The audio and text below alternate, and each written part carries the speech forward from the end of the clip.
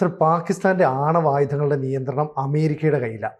എന്ന് പറഞ്ഞാൽ അമേരിക്ക പാകിസ്ഥാനിലെ ഭരണാധികാരികൾക്ക് പണം കൊടുത്തിട്ട് അതിൻ്റെ അവകാശം വാങ്ങി. ഇത് വെളിപ്പെടുത്തുന്നത് CIA മുൻ ഏജൻ്റായിട്ടുള്ള ജോൺ കിരിയാക്കി എന്ന് പറയുന്ന വ്യക്തിയാണ്. ശരിക്കും പറഞ്ഞാൽ ലോകം തന്നെ ഞെട്ടിപ്പോകുന്ന ഒരു വെളിപ്പെടുത്തലല്ലേ അത്?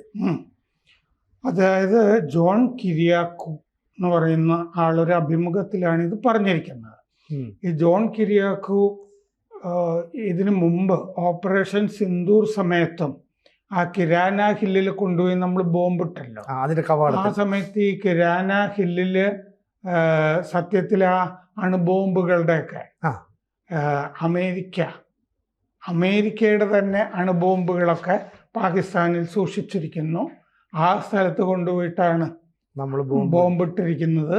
അതുകൊണ്ടാണ് ഈ വെടിനിർത്തൽ അമേരിക്കയ്ക്ക് വലിയ താല്പര്യം എന്നൊക്കെയുള്ള മട്ടിൽ സംസാരിച്ചിരുന്ന ആളാണ്. അദ്ദേഹത്തിന്റെ അഭിമുഖത്തിൽ നിന്ന് അദ്ദേഹം പറയുന്നത് ഈ പർവേസ് മുഷറഫ് ഉണ്ടായിരുന്നല്ലോ, പട്ടാള അട്ടിമറി നടത്തി അവിടെ അധികാരം പിടിച്ച് പിന്നെ പ്രസിഡന്റൊക്കെ ആയിരുന്ന പർവേസ് മുഷറഫ്, പിന്നെ അയാൾ പലായനം ചെയ്തിട്ട് ദുബായിൽ താമസിക്കുകയാണ് ചെയ്തത്. അപ്പൊ പർവേസ് മുഷറഫിനെ വി ബോട്ട് മുഷറഫ് എന്നാണ് പറഞ്ഞിരിക്കുന്നത്. ഞങ്ങള് പണം കൊടുത്തും ആയുധം കൊടുത്തും ഒക്കെ അയാളെ പർച്ചേസ് ചെയ്തു, വാങ്ങി എന്ന് പറഞ്ഞാല് പാകിസ്ഥാന്റെ അണുബോംബുകൾ, ആണവായുധങ്ങളൊക്കെ ഞങ്ങൾ വാങ്ങി എന്നാണ് ജോൺ കിരിയാക്കു പറയുന്നത്. ആരാണ് ജോൺ കിരിയാക്കു? അദ്ദേഹം 15 വർഷം CIA ഓഫീസറായിരുന്നു.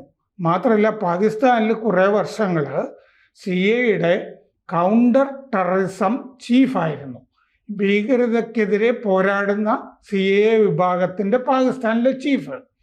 അപ്പോൾ അയാളുടെ അഭിമുഖത്തിൽ അയാൾ പറയുന്നത് എന്താണെന്ന് വെച്ച് കഴിഞ്ഞാൽ, ഭീകരതയ്ക്കെതിരെ പോരാടുകയാണെന്ന് ഒരു വശത്ത് പാകിസ്ഥാൻ ഭാവിക്കും, മറുവശത്ത് ഭീകരരെ ഇന്ത്യക്കെതിരെ തിരിച്ചു വിടുകയും ചെയ്യും. ഒരു ഭാഗത്ത് ഭീകരതയെ പ്രോത്സാഹിപ്പിക്കുന്നു, വേറൊരു വശത്ത് ഞങ്ങൾ ഭീകരതയ്ക്കെതിരെ സമരം നടത്തുകയാണെന്ന് അമേരിക്കയെ ബോധിപ്പിക്കുന്നു. ഇതാണ് പാകിസ്ഥാൻ എല്ലാ കാലത്തും ചെയ്തുകൊണ്ടിരുന്നത്.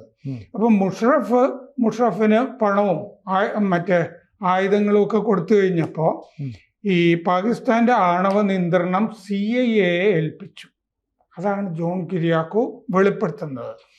അമേരിക്ക മുഷറഫിനെ വാങ്ങി. എങ്ങനെ? വൻ സൈനിക സാമ്പത്തിക സഹായം വഴി വാങ്ങിച്ചു. അമേരിക്കൻ ഓപ്പറേറ്റീവ്സ് ഇല്ലേ, അമേരിക്കയുടെ ഏജന്റുമാരെ അവിടെ അഴിഞ്ഞാടി. പാകിസ്ഥാനിൽ CIAക്ക് എന്തുമാകാം എന്നുള്ള നില ഉണ്ടായി. അമേരിക്കയ്ക്ക് ഏകാധിപതികളെ വലിയ ഇഷ്ടമാണ്. അദ്ദേഹം പറയുന്നുണ്ട്, മുഷറഫ് ഏകാധിപതിയാണല്ലോ, അവിടെ പട്ടാള ഭരണമാണ് എല്ലാ കാലത്തും. മുനീറും ഏകാധിപതിയാണ്.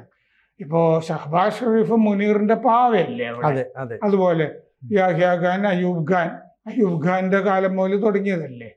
പിന്നെ സിയാവുൾ ഹക്ക്, പട്ടാളത്തിൽ നിന്ന് വന്ന ആളുകളാണ് പിന്നെ ഭരണമൊക്കെ ഒരു നിർണായക ഘട്ടത്തിൽ പിടിച്ചുകൊണ്ടിരിക്കുക. അപ്പം മുഷറഫ് ഡബിൾ ഗെയിം കളിക്കുകയായിരുന്നു എന്ന് പറഞ്ഞിട്ടുണ്ട്. ഇരട്ടക്കളി. പരസ്യമായി അമേരിക്കയുമായി ഭീകരവിരുദ്ധ സഖ്യത്തിൽ ഏർപ്പെട്ടു. രഹസ്യമായി ഇന്ത്യക്കെതിരെ ഭീകരതയെ വളർത്തി. അൽ-ഖ്വയ്ദ ഈ പാകിസ്ഥാന് ആ കാലത്തൊരു വിഷയമായിരുന്നില്ല. അൽ-ഖ്വയ്ദ അവിടെ വളർന്നോട്ടെ, പക്ഷെ ഇന്ത്യയായിരുന്നു പാകിസ്ഥാന്റെ എപ്പോഴും വിഷയം. ഇന്ത്യയെ നശിപ്പിക്കുക എന്നുള്ളതായിരുന്നു ലക്ഷ്യം. അപ്പോൾ അബ്ദുൽ ഖാദിർ ഖാൻ, AQ ഖാനാണല്ലോ അവിടുത്തെ ആണവായുധത്തിന്റെ പിതാവ് എന്നറിയപ്പെടുന്ന. AQ ഖാനെ ടാർഗറ്റ് ചെയ്യാനായിട്ട് അമേരിക്ക ശ്രമം നടത്തിയിരുന്നു. AQ ഖാനെ തീർക്കണം എന്നൊക്കെ അമേരിക്കയ്ക്ക് ആഗ്രഹം ഉണ്ടായിരുന്നു. പക്ഷേ അതിൻ്റെ ഇടയ്ക്ക് സൗദി ഇടപെട്ടിട്ട് ആ ഖാനെ ഞങ്ങൾക്ക് ആവശ്യമുണ്ട്, നിങ്ങൾ അയാളെ വെറുതെ വിട്ടേക്ക് എന്ന് പറഞ്ഞിട്ട് സൗദിക്ക് തന്നെ ഒരു ആണവ പദ്ധതിയിൽ താല്പര്യം ഉണ്ടായിരുന്നു, ഖാനെ ഉപയോഗിച്ചിട്ട്. അപ്പൊ അങ്ങനെ ആ ഖാനെ ഒന്നും ചെയ്തില്ല അമേരിക്ക.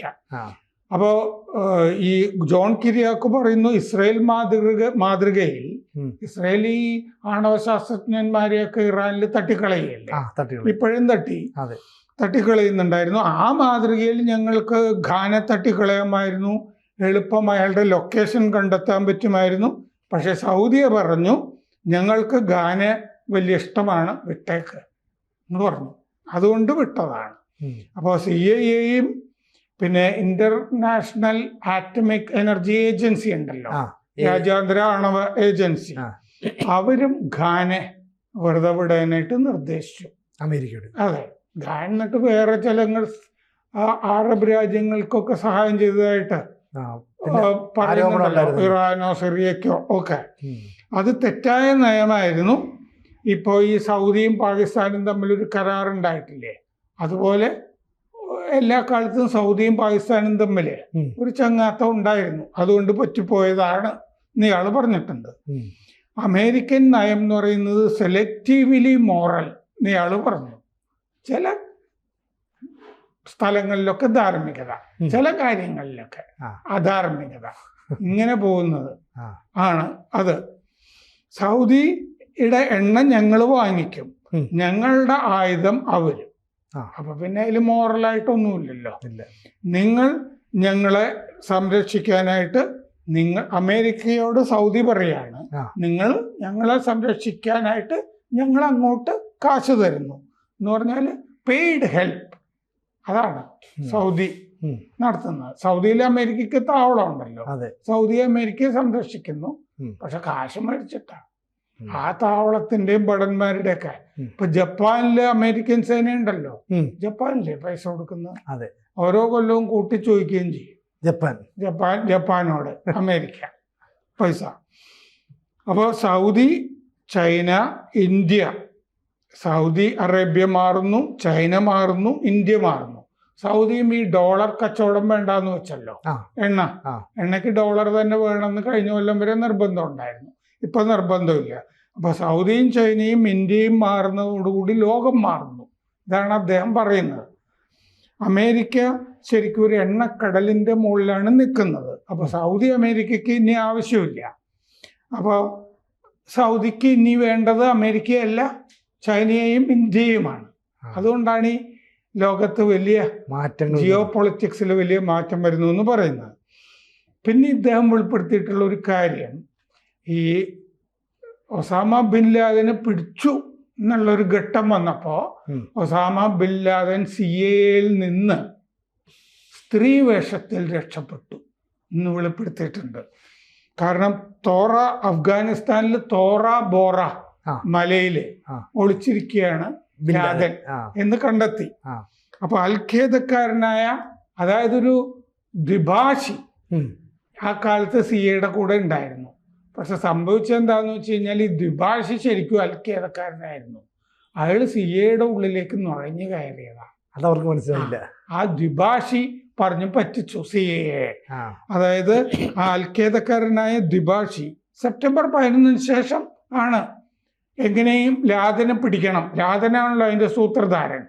അപ്പൊ ലാദനെ പിടിക്കണം എന്നുള്ളതുകൊണ്ട് ജോർജ് ബുഷ് ഓപ്പറേഷൻ ജോ ബ്രേക്കർ എന്ന് പറഞ്ഞിട്ട്, ഓപ്പറേഷൻ ജോ ബ്രേക്കർ എന്ന് പറഞ്ഞിട്ടൊരു പരിപാടി നടപ്പാക്കി. CIA ഫീൽഡ് കമാൻഡർ ഗാരി ബേൺസ്റ്റീൻ ആണ്. ഗാരി ബേൺസ്റ്റീൻ ഈ ഓപ്പറേഷൻ ജയിൽ ബ്രേക്കർ എന്ന് പറഞ്ഞൊരു പുസ്തകം തന്നെ എഴുതിയിട്ടുണ്ട് കേട്ടോ. അപ്പോൾ Gary Bernstein CIA field commander, അദ്ദേഹത്തിനായിരുന്നു ചാർജ്. അപ്പൊ റേഡിയോ ഫ്രീക്വൻസി ഒക്കെ പിടിച്ചു ഒസാമയുടെ. അങ്ങനെ അയാൾ തോറ ബോറ മലയിലുണ്ടെന്ന് കണ്ടെത്തി. 2001 നവംബർ 30 അയാളെ പിടികൂടാനായിട്ട് തീരുമാനിച്ചു. 800 റേഞ്ചർമാരെ നിയോഗിക്കാമെന്ന് അമേരിക്ക CIA തീരുമാനിച്ചെങ്കിലും അമേരിക്ക സമ്മതിച്ചില്ല. അത്രയും ഒന്നും വേണ്ട എന്ന് പറഞ്ഞു. അപ്പോൾ ഈ അമേരിക്കൻ പട്ടാളത്തിൽ നുഴഞ്ഞു കയറിയ ഈ അൽഖയ്ദ ദ്വിഭാഷി ഈ ലാദനുമായിട്ട് ചേർന്നിട്ട് എന്ത് ചെയ്തു എന്ന് വെച്ച് കഴിഞ്ഞാൽ, ലാദൻ കീഴടങ്ങും. അയാൾ വന്നിട്ട് ലാദനോട് പോയി തൊറ ബോറ മലയിൽ സംസാരിച്ചിട്ട് തിരിച്ചു വന്നു. അദ്ദേഹം കീഴടങ്ങാൻ തയ്യാറാണ്. പക്ഷെ അതിനു മുമ്പ് അവിടുന്ന് സ്ത്രീകളെയും കുട്ടികളെയും ഒഴിപ്പിക്കാനുണ്ട്. അവര് സുരക്ഷിതരായിട്ട് ഒഴിഞ്ഞു പോയി കഴിഞ്ഞാൽ അദ്ദേഹം കീഴടങ്ങാന്ന് പറയുന്നു. നീ ദ്വിഭാഷി വന്നിട്ട് പറഞ്ഞു. ലാദൻ എന്ത് ചെയ്തു എന്നറിയോ, പുലർച്ചെ ട്രക്കില് സ്ത്രീകളും കുട്ടികളും ഒഴിപ്പിക്കുകയല്ലേ, അതെ. അവർ ഒഴിഞ്ഞു പോക്കോട്ടെ എന്നല്ലേ CA വിചാരിക്കുള്ളൂ. ആ. ആ കൂട്ടത്തിലൊരു സ്ത്രീയുടെ വേഷം ധരിച്ചിട്ട് ലാദൻ കടന്നു കളഞ്ഞു രക്ഷപ്പെട്ടു. ആ വിവരം കൂടി ഇതിനകത്ത് പറയുന്നുണ്ട്. ശരിക്കും പറയാല് അമേരിക്കയെ നന്നായിട്ട് പറ്റിച്ചു എന്ന് വേണമെങ്കിൽ പറയാലോ അല്ലേ? ഈ ഇങ്ങനെ സ്ത്രീവേഷത്തിൽ ലാദൻ കടന്നുപോയി എന്ന് പറഞ്ഞാൽ അമേരിക്കയ്ക്ക് ഒരു വലിയ നാണക്കേട് കൂടിയല്ലേ? അതെ അത്തരം അതെ അതെ, ഭീകര നാണക്കേടാണ്. ഭാഷ അറിയാത്തതിന്റെ പ്രശ്നം അല്ലേ? അതെ അതായത് അവരുടെ കൂട്ടത്തിലേക്ക് ഈ ഭാഷയൊക്കെ പഠിച്ചിട്ടുള്ള ആളുകളെയൊക്കെ എടുക്കേണ്ടതായിരുന്നു. അതെ അങ്ങനെ ഒരാളെ തന്നെ വെച്ചെങ്കിൽ, ആ. അതല്ലാതെ ഇവിടെ ഒരു ദ്വിഭാഷിയൊക്കെ വെച്ചിട്ട് ഇങ്ങനെ പല ഘട്ടങ്ങളിലും ദ്വിഭാഷിമാര് ലോകത്തെ ചതിച്ചിട്ടുണ്ടാവും. ആ. അതായത് അൽഖയ്ദ CAയിൽ നുഴഞ്ഞു കയറി എന്നാണ് ഈ വെളിപ്പെടുത്തുന്നത്. അത് ബേൺസ്റ്റീൻ്റെ ഈ ഓപ്പറേഷൻ ജോബ് ബ്രേക്കർ എന്ന് പറഞ്ഞ പുസ്തകത്തിൻ്റെ അകത്തും ഇത് പറയുന്നുണ്ട് എന്നാണ് എൻ്റെ ഓർമ്മ. അപ്പം ഇങ്ങനെ ശരിക്കും പാകിസ്ഥാന്റെ അണുബോംബ് അമേരിക്കയുടെ കയ്യിലാണ്. ഇതാണ് ഈ വെളിപ്പെടുത്തുന്നത്.